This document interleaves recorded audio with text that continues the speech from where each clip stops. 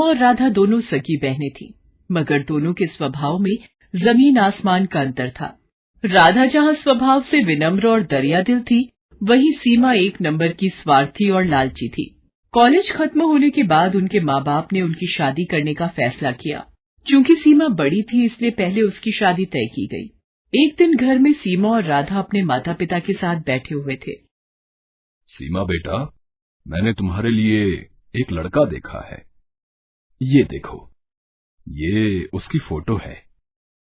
ये तो बताइए पापा कि लड़का कितना पढ़ा लिखा है, उसका घर परिवार कैसा है। मैं नहीं चाहती कि मेरी शादी किसी कम पढ़े लिखे या गरीब से हो जाए। अरे बेटा, लड़का बैंक में ऊंचे पद पर है, अच्छा खाता पीता घराना है उसका, रुपए पैसों की कोई कमी नहीं है। तो फिर ठीक है, मुझे मंजूर है ये रिश्ता। निश्चित समय पर बड़े धूमधाम से सीमा की शादी कर दी गई। चूंकि सीमा बड़ी बेटी थी, इसलिए उसके पापा ने शादी में कोई कसर नहीं छोड़ी। उन्होंने अपनी हैसियत से ज्यादा खर्च किया इस शादी पर। इसकी वजह से उन पर अच्छा खासा कर्ज भी हो गया। कुछ समय बाद राधा भी शादी के लायक हो गई। एक दिन, सुनो जी, मैंने राधा के लिए भी एक लड़का देखा है। ये लोग सीमा के ससुराल वालों जितने अमीर तो नहीं हैं, मगर शहर में उनका अपना घर और अपनी किराने की दुकान है। अपनी राधा खुश तो रहेगी ना वहाँ? हाँ हाँ, क्यों नहीं। चाहता तो मैं भी था कि सीमा की तरह राधा की शादी भी बड़े धूमधाम से करूं, मगर पैसे की समस्या सामने खड़ी है। कितने बड़े बड़े घरों में उसके लिए रिश्ता देखा, मगर पैसों की वजह से बात आगे नहीं बढ़ पाई। तभी राधा वहाँ आ जाती है। वो अपने माता पिता की सारी बातें सुन चुकी थी। आप चिंता मत करो पापा, आपने जहाँ मेरा रिश्ता तय किया है, मैं वहीं खुश रहूंगी। मुझे तो बस आप लोगों का आशीर्वाद चाहिए। राधा की बातें सुनकर उसके पिता को थोड़ी शांति मिली। निश्चित समय पर बड़े ही सीधे साधे तरीके से राधा की भी शादी हो गई। राधा के ससुराल में केवल उसकी सास थी, जो अक्सर बीमार रहा करती थी। राधा ने आते ही घर की सारी जिम्मेदारी अपने सर ले ली, जिससे उसकी सास को बड़ी राहत मिली। राधा दिन भर घर का काम करती थी और समय मिलने पर वह दुकान के कामों में अपने पति का हाथ भी बटाती थी। उधर सीमा की जिंदगी ऐशो आराम से गुजर रही थी। कभी शॉपिंग तो कभी किटी पार्टी। उसका सारा समय इन्हीं चीजों में बीतता था। एक दिन राधा और उसके पति दुकान पर थे। तभी वहाँ एक चमचमाती कार आकर रुकी। उसमें से सीमा और उसके पति निकले। सीमा के हाथ में मिठाई का डिब्बा था। दोनों दुकान में गए और सीमा राधा को मिठाई का डिब्बा देते हुए बोली, तेरे जीजा जी ने आज ही इस कार की डिलीवरी ली है। पूरे 20 लाख की कार है। मैंने सोचा ये खुशखबरी राधा को दी जाए। दरअसल सीमा राधा को जलाने के लिए अपनी कार दिखाने वहां आई थी, मगर भोली भाली राधा उसकी इस चाल को समझ नहीं पाई। मगर राधा का पति अनिल इन बातों को समझ गया। सीमा और उसके पति के जाने के बाद अनिल बोला, तुम्हारी बहन यहाँ खुशखबरी देने नहीं आई थी, बल्कि हमें जलाने के लिए यहाँ आई थी। वो जानती है ना कि हमारी हैसियत नहीं है ना कार खरीदने की, इसलिए अपनी नई कार दिखाकर हमें जलाना चाहती थी। नहीं जी, ऐसी कोई बात नहीं है। वो भला हमें क्यों जलाना चाहेगी? ऐसी ही बात है। उसे पता है ना कि मैं कभी कार नहीं खरीद सकता, मामूली दुकानदार जो हूँ, और उसका पति तो बैंक में बड़ा अफसर है ना। क्यों? किसने कहा कि तुम कभी कार नहीं खरीद सकते? तुम जरूर कार खरीदोगे। अरे सीमा का पति तो बैंक में नौकरी करता है। एक हिसाब से देखें तो वो बैंक का नौकर है, उसे बैंक के हिसाब से काम करना पड़ता है। मगर यहाँ तुम तो अपने मालिक हो, तो तुम जैसे चाहो अपनी मर्जी के मुताबिक काम कर सकते हो। अगर तुम ठान लो तो कुछ भी कर सकते हो। मैं हर कदम पर तुम्हारे साथ हूँ। देखना, थोड़े ही दिनों में तुम एक कार क्या 10 कारों के मालिक बन जाओगे। उसने सारी चिंता छोड़कर जी तोड़ मेहनत करना शुरू किया। वो रोजाना सुबह 7 बजे दुकान खोलता था और देर रात 10 बजे तक दुकान पर ही रहता था। दोपहर के बाद राधा भी उसका हाथ बटाने दुकान पर आ जाती थी। राधा और अनिल दोनों ही स्वभाव से कोमल थे। ग्राहकों से बड़ी ही विनम्रता से बात करते थे। इसका नतीजा ये होता था कि जो भी एक बार उनके यहाँ से सामान ले जाता, वो फिर बार बार वहीं आता था। ग्राहकों को कम दाम में अच्छा माल देने के लिए राधा और अनिल ने एक शानदार योजना बनाई।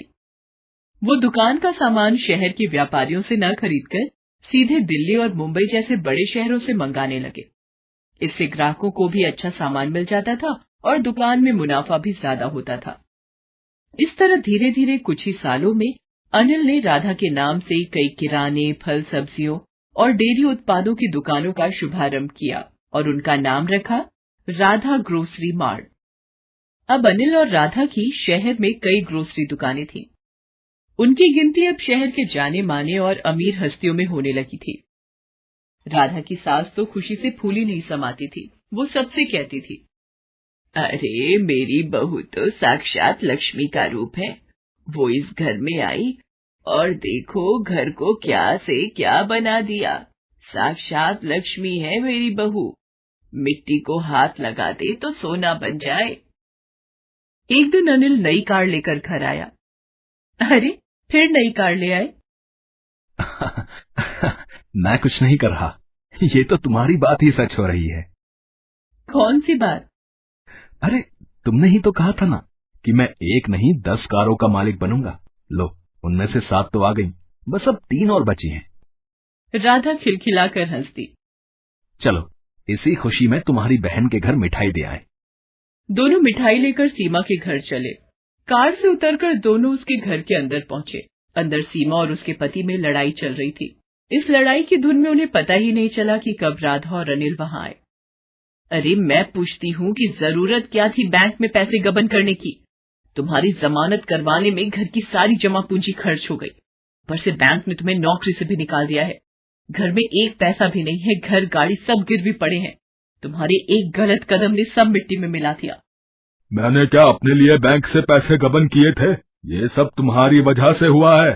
तुम्हें ही शौक चढ़ा था पार्टी करने का, शॉपिंग करने का। अब भुगतो। देखो जी, ताने मत मारो। कोई और लड़की होती तो अब तक तुम्हें ठेंगा दिखाकर अपने मायके चली गई होती। तो तुम भी चली जाओ ना, किसने रोका है तुम्हें? जानते हो ना कि मेरे मायके की हालत खराब है, इसीलिए शेर बन रहे हो। अभी वो लोग झगड़ ही रहे थे कि उनकी नजर अनिल और राधा पर पड़ती है। सीमा रोते हुए राधा से लिपट जाती है। अरे आप लोग यहाँ, मैं आपको कुछ कहने की जरूरत नहीं है। हम लोग सब जान चुके हैं। मैंने सुना है इस महीने आप एक नई ग्रोसरी स्टोर खोलने वाले हो।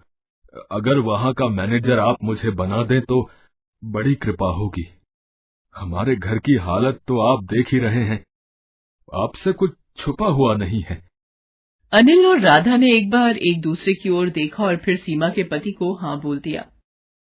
अब सीमा का सारा घमंड चूर चूर हो गया था। एक समय में जिसे वो अपने दौलत की झूठी शान दिखाकर जलाना चाहती थी, आज वो उसी के रहमो करम पर थी। उसे एहसास हो गया था कि दौलत पर कभी घमंड नहीं करना चाहिए। प्रीति की बुआ शोभा दिल्ली में रहती थी। प्रीति के पिता धनराज चाहते थे कि प्रीति अपने कॉलेज की पढ़ाई शहर में अपनी बुआ के घर रहकर ही पूरी करे। प्रीति, तुम्हारी बुआ ने सोनिया के कॉलेज में बात कर ली है। तुम अपना सारा सामान पैक कर लो, कल सुबह की तुम्हारी बस है। प्रीति, शोभा दीदी बहुत अच्छे स्वभाव की हैं। वो तुम्हारा पूरा ध्यान रखेंगी। अगले दिन प्रीति अपनी बुआ के घर दिल्ली आ जाती है। सोनिया शोभा से कहती है, मम्मी आपको मेरा ही कॉलेज मिला था इस गांव की गवार के एडमिशन के लिए।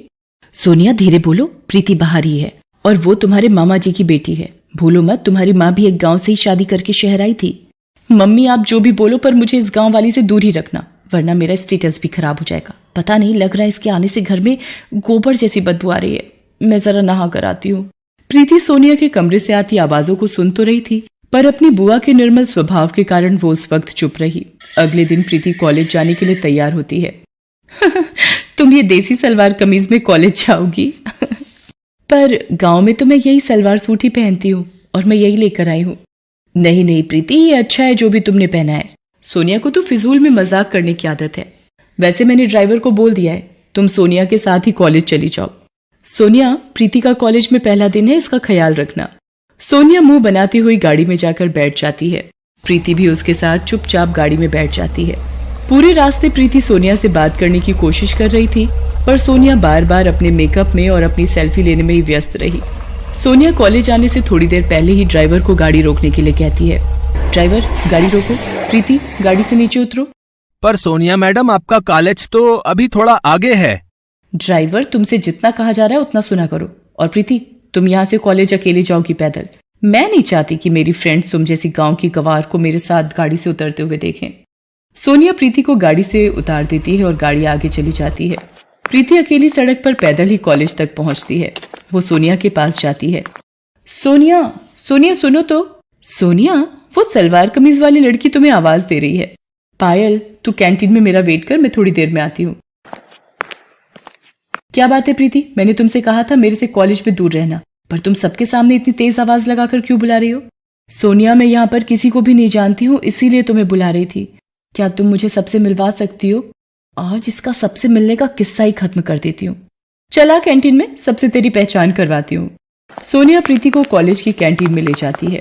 फ्रेंड्स, इससे मिलिए, ये है गांव से आई हुई एक बहुत ही सुशील लड़की प्रीति। ये आप सबके साथ पहचान करने आई है। अच्छा, आओ प्रीति, हमारे साथ बैठो।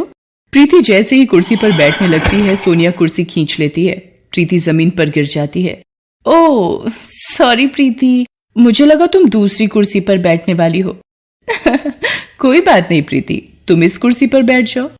बेचारी प्रीति को अपमानित करते सोनिया को जरा भी लज्जा नहीं आ रही थी। कॉलेज के सभी लड़के लड़कियां प्रीति पर हंसने लगते हैं। सोनिया प्रीति को रोजाना ही परेशान करती रहती थी। कॉलेज में ही सोनिया का एक दोस्त था, मोहित। वो भी बहुत ही बिगड़ा हुआ लड़का था। एक दिन, सोनिया, आज शाम की पार्टी में क्लब आ रही हो ना? देखो, कोई बहाना नहीं चलेगा। आज मेरा जन्मदिन है और तुम बिल्कुल मना नहीं कर सकती हो। हाँ मोहित, तुम मेरे बेस्ट फ्रेंड हो, मैं तुम्हारे जन्मदिन की पार्टी में जरूर आऊंगी। सोनिया मोहित की बर्थडे पार्टी में जाने के लिए तैयार होने लगती है। सोनिया, प्रीति को भी अपने साथ लेती जाओ। जब से वो शहर आई है एक बार भी कहीं घूमने नहीं गई और मैं तुम्हारा नो नहीं सुनूंगी। ओके मम्मी, पर इसे बोल देना अपने सलवार सूट में ना जाए, कोई जीन्स और कुर्ती पहन ले। प्रीति भी सोनिया के साथ क्लब की पार्टी में चली जाती है। सोनिया प्रीति को एक टेबल पर बिठाकर मोहित और उसके दोस्तों के बीच चली जाती है। Hello Sonia, thank you so much, तुम मेरी पार्टी में आ गई, मानो 4 चांद लग गए। आओ डीजे पे डांस करते हैं। सोनिया मोहित और उसके दोस्तों के साथ डीजे पर डांस में व्यस्त हो जाती है। प्रीति पानी लेने के लिए काउंटर पर जाती है। तभी, कितनी गोलियां डाली हैं ड्रिंक में? बेफिक्र रहो, इतनी गोलियां पकने की कोशिश कर रही थी। मैंने इसे भाव नहीं दिया तो अब ये तुम्हें मेरे खिलाफ भड़का रही है। बिल्कुल गांव की गवार लड़की है ये। तुम इसे मेरे बर्थडे की पार्टी में ले आई हो और ये सारा मजा किरकिरा कर रही है। मेरे से बहुत बड़ी गलती हो गई जो मैं तुम्हें अपने साथ इस पार्टी में ले आई। अभी के अभी ऑटो करो और यहाँ से रफा दफा हो जाओ। इस पार्टी में मुझे तुम्हारी शक्ल ना दिख जाए। गार्ड, इस लड़की को गेट से बाहर कर दो। प्रीति को ना चाहते हुए भी क्लब से बाहर जाना पड़ता है, पर उसे सोनिया की चिंता हो रही थी और वो सोनिया के पास वापस जाने का तरीका ढूंढ रही थी। उधर मोहित सोनिया को नशे की गोलियां मिलाकर वो ड्रिंक पिला देता है। मोहित, मुझे चक्कर आ रहे हैं, सिर घूम रहा है। अब एक काम करते हैं ना, हम ऊपर रूम में चलते हैं। मोहित सोनिया को होटल के कमरे में ले जाता है और सोनिया के नशे में होने का फायदा उठाने लगता है। मोहित छोड़ो मुझे, ये क्या कर रहे हो? बचाओ बचाओ। क्यों? कॉलेज में तो बड़ा स्टाइल मारती रहती हो, अब शर्माने का नाटक क्यों? मैं ही तो हूँ तुम्हारा बेस्ट फ्रेंड, मुझसे क्या शर्माना। तभी दरवाजा पीटने की आवाज आने लगती है। सोनिया किसी तरह दरवाजा खोलने में कामयाब हो जाती है। प्रीति तू? मैंने तो। सोनिया बेहोशी की हालत में थी। इतनी देर में शोभा भी होटल पहुंच जाती है। प्रीति ने शोभा को फोन कर दिया था और सारी बात बता दी थी। शोभा ने मैनेजर से फोन पर बात की और प्रीति को अंदर आने की इजाजत मिली। सर, इसी लड़के ने सोनिया को नशे वाला पानी पिलाया था। गार्ड, पकड़ लो इस लड़के को, हमारे होटल का नाम खराब करता है। तुझे तो मैं पुलिस के हवाले करूंगा। इंस्पेक्टर साहब, इस लड़के को यहां से ले जाइए। बड़े घर के बिगड़े साहबजादे हैं ये, जेल की हवा भी खानी जरूरी है। शोभा प्रीति के साथ सोनिया को घर ले आती है। अगली सुबह, प्रीति मुझे माफ कर दो, मैंने हमेशा तुम्हारा अपमान किया। तुम गांव से आई हो ये कहकर हमेशा तुम्हारा मजाक बनाया, पर कल तुमने मेरी इज्जत बचाकर मेरे ऊपर बहुत बड़ा एहसान किया है। मुझे अपनी गलती का एहसास है।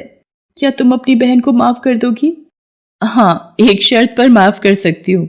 कॉलेज की कैंटीन का समोसा मुझे अपने हाथों से खिलाओगी? उस दिन के बाद से सोनिया का स्वभाव प्रीति के लिए बिल्कुल बदल जाता है। शोभा भी ये सब देखकर बहुत खुश होती है। शहर की छोरी, गांव की गोरी, एक दूसरे के दिल में प्यार